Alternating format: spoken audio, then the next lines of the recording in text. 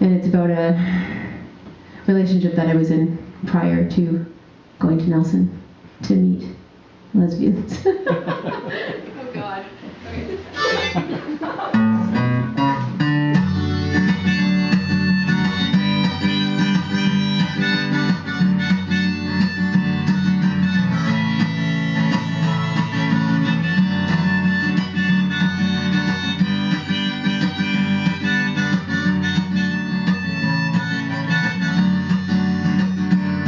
Well, I was biking home from work today. It was a beautiful sunny Thursday, and I pulled up at the stoplight, and this guy in his SUV was looking at me. He had a shaved head and a smoke in his hand, and our eyes met briefly. We both looked away, and then the light turned green and my light went on, and I realized who he was. He was my ex-junkie boyfriend. He was my ex-junkie boyfriend. He was my ex-junkie boyfriend sitting at the stoplight looking at me. Well, as he drove through the intersection, I pedaled away and shook my head in reflection about the time I used to live with him in my early 20s off Commercial Drive. I used to let him run my life. We used to sit around and talk about drugs. We used to sit around and do drugs too, and I got so damn bored because it seemed like that's all the guy ever wanted to do.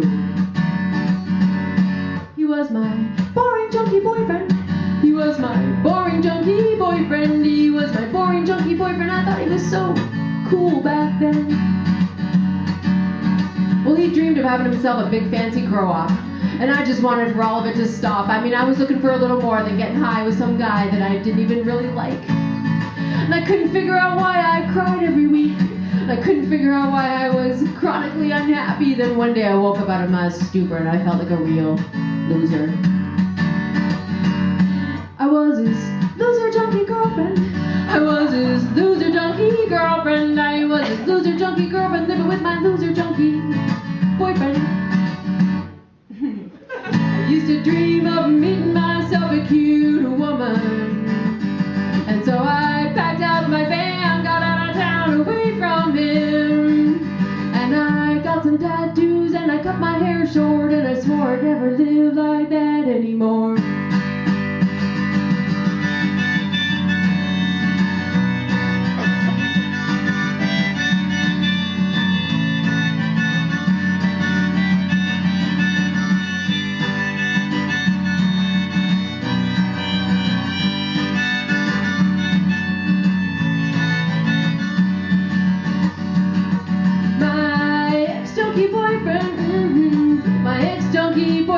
My ex-junkie boyfriend, I thought he was so cool back then, yeah, my ex-junkie boyfriend, my ex-junkie boyfriend, I didn't know it, but he was so good for me back then.